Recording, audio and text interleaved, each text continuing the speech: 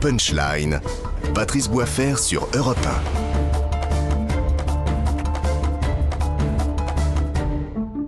La suite de cette édition spéciale sur CNews et sur Europe 1 au 5e jour de guerre en Ukraine, toujours avec Vincent Hervouet, journaliste européen, avec Pierre Lelouch qui est ancien ministre, avec Sylvie Bermann, ancienne ambassadrice de France en Russie, avec le général Bruno Clermont qui est conseiller en stratégie. Et cette question à présent, l'Ukraine peut-elle intégrer, oui ou non, l'Union européenne? L'idée semble en tout cas faire son chemin. Il est vrai que les déclarations d'une certaine Ursula von der Leyen ont eu un véritable écho hier matin. À long terme, dit-elle, ils sont avec nous. En fait, ils sont des nôtres et nous les voulons avec nous. Voilà ce qu'a déclaré la présidente de la Commission européenne. Et ce matin, l'Ukraine a saisi à bras-le-corps cette perche tendue par la présidente de la Commission. Écoutez le sentiment du président ukrainien Volodymyr Zelensky. Nous nous adressons à l'Union européenne en ce qui concerne une intégration sans délai de l'Ukraine via une nouvelle procédure spéciale. Je suis sûr que c'est juste, je suis sûr que c'est mérité, je suis sûr que c'est possible. Voilà, et ça s'est suivi Pardon ? C'est ennuyeux parce que c'est pas possible. Et ça s'est suivi, monsieur le ministre, d'un tweet pour ceux qui regardent CNews et Europe1.fr. On va le découvrir à l'image. Regardez ce tweet où l'on voit Volodymyr Zelensky, le président ukrainien, qui signe la demande d'adhésion de l'Ukraine à l'Union européenne avec cette légende. C'est un moment, monsieur le ministre, historique. J'ai l'impression que ça vous désole. Ça me désole parce que moi je pense que je comprends la situation où il est, c'est très difficile. Chef de guerre, son pays est envahi, donc il a toutes les excuses et circonstances atténuantes du monde. Mais moi, dans l'idée que je me fais d'un homme politique, c'est de dire la vérité à son peuple. Il peut pas dire c'est possible. Mais la présidente de la Commission lui ouvre la porte. Elle a fait aussi une erreur. On peut pas dire ils sont des nôtres. Ou alors il fallait depuis longtemps les accueillir, ce que tout le monde s'est bien gardé de faire, y compris Madame von der Leyen quand elle était au gouvernement allemand. Vous assurez que personne en Allemagne voulait faire rentrer l'Ukraine dans l'Union européenne. Et il faut balayer d'un revers de main l'intégration immédiate parce que la donne a changé. Mais elle n'existe pas dans les textes, monsieur Boisfer. Pour faire rentrer quelqu'un dans l'Union européenne, il y a une procédure, avec une préparation. Il y a des conditions. Il y a toute une série de conditions qui sont examinées justement par les services de la... Ensuite, il faut que l'État qui entre accepte l'acquis communautaire. Ce sont 25 chapitres où on décline toute la législation du pays qui doit être modifiée en fonction de l'Union. L'idée qu'il y existerait une procédure d'urgence, comme dit Zelensky, qui fasse que demain matin, l'Ukraine rentre dans l'OTAN parce qu'on est en guerre, dans l'Union parce qu'on est en guerre, ou dans l'OTAN d'ailleurs, au même prix, allons-y. Tout ça, c'est de la gesticulation médiatique. On est en guerre, tout le monde s'amuse avec des communiqués, des conférences de presse. Je suis pas sûr que ce soit le meilleur moyen de sortir de cette crise que d'annoncer ce genre de choses. Sylvie Bermann, ancienne ambassadrice de France en Russie, il donne des faux espoirs à son peuple ou pas, le président ukrainien? Oui, je le crains, parce que le problème, c'est qu'en ce moment, tout le monde fait de la politique dans l'émotion, et c'est normal, encore une fois, quand on voit ces victimes civiles, cette attaque d'un pays qui était un pays indépendant, qu'on souhaite le soutenir, et souvent, on le fait avec des symboles. Mais je crois aussi que c'est pas possible, pour les mêmes raisons, d'ailleurs, qui avaient fait que les Européens n'avaient pas souhaité intégrer l'Ukraine. Puis en plus, quelles vont être les frontières de l'Ukraine? Personne ne veut intégrer un pays dans lequel il y a des zones contestées.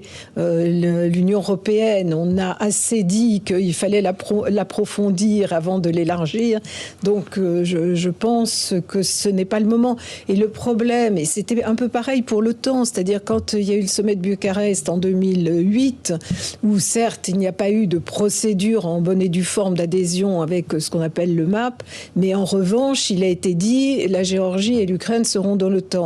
Et qu'a fait le président ukrainien? Il a inscrit dans la Constitution l'entrée dans l'OTAN. On répète exactement les mêmes erreurs. Madame Bermann a tout à fait raison de rappeler cette leçon d'histoire. Le drame, c'est qu'on répète sans arrêt les mêmes erreurs s'agissant de l'Ukraine. Effectivement, 2008, ça a été la pire des solutions possibles. La France et l'Allemagne, à l'époque, avaient bloqué l'adhésion. Bush avait obtenu que la porte reste ouverte. La porte a été ouverte dans la Constitution, maintenant elle est rivée dans la Constitution. Et ce que dit maintenant le président ukrainien sous les bombes russes, c'est on va rentrer dans l'Europe. D'ailleurs, Madame von der Leyen nous l'a dit hier, Elle prend la précaution quand même de dire que c'est à long terme. Mais ils font partie. Donc on continue dans ce truc qui est complètement suicidaire pour la paix. Il faut clarifier les choses. Vincent Hervouet d'Europe 1, effectivement, avec cette demande qui est signée, ce moment historique, effectivement. C'est un marchand d'illusions, Zelensky, dans cette histoire. Voilà. Il est dans son sous-sol et il donne une perspective qui est complètement fallacieuse, mais qui donnera sans doute de l'espoir. Et certains vont vous dire qu'il fait ce qu'il peut. Non, mais il y a beaucoup d'Ukrainiens qui aiment tellement l'Europe qu'ils sont en train de s'y précipiter. Ça vous a pas échappé. La dernière fois que l'Union européenne a intégré un pays qui était en guerre, ou qui était en tout cas avec en conflit gelé, c'est avec Chypre. C'est tout petit, Chypre, hein, comparé. C'est un des plus petits États de l'Union. Avec Malte, ça doit être le deuxième. On a intégré un pays dont un tiers du territoire est occupé par une armée étrangère, une armée turque, et avec une colonisation soutenu depuis 1974, avec des paysans anatoliens qui ont pris la place des paysans d'origine grecque. Vous avez donc, on a intégré Chypre. Et du coup, on peut plus régler. Il y avait un conflit gelé. Pour le dégeler, il faudra intégrer maintenant la Turquie, parce qu'autrement, on n'en sortira jamais. Donc c'était une erreur, c'était une faiblesse. On avait de la compassion, on n'allait pas punir les Chypriotes puisqu'ils avaient été occupés. Mais en même temps, il ne fallait pas intégrer le Chypre, évidemment. Mais il faut même rappeler. Mais bon, bref, c'est une vieille histoire. Mais on n'intègre pas un pays qui est en conflit, et on n'intègre pas un pays parce que il suscite en nous beaucoup de compassion. Même si elle a la guerre, j'ai compris. Cela dit, d'un mot, quand même, je comprends quand même Madame von der Leyen, bien qu'elle abuse totalement et de sa position et de son intelligence en disant ça, mais c'est vrai qu'on a une dette envers l'Ukraine, dans le sens où ce conflit en Ukraine est en train de faire vivre, de faire exister une Europe qu'on n'attendait plus.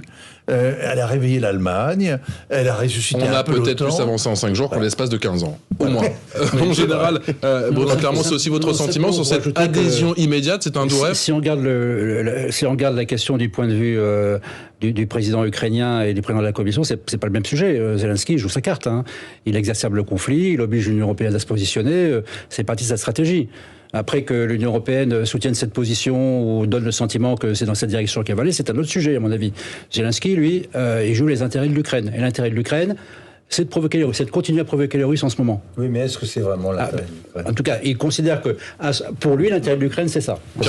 En agitant en permanence le chiffon rouge de l'adhésion à l'Union et de l'adhésion à l'OTAN, on va juste faire en sorte que cette guerre va s'aggraver. Vous verrez. Ils vous ont surpris ? Ils ne lâcheront pas les Russes sur ce point. Sylvie Bermann, ils vous ont surpris les propos d'Ursula von der Leyen ?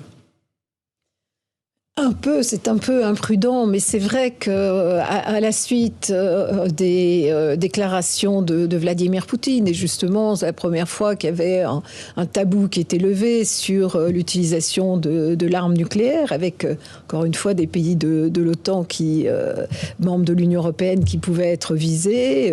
Il y a eu une accélération des mesures de sanctions, une accélération des fournitures d'armes aussi, et je pense qu'aujourd'hui, on est un peu dans un soutien total à l'Ukraine et qui prend plusieurs formes, mais il faudra réfléchir à un moment donné à ce qu'on fera réellement et à ce qu'il est possible de faire.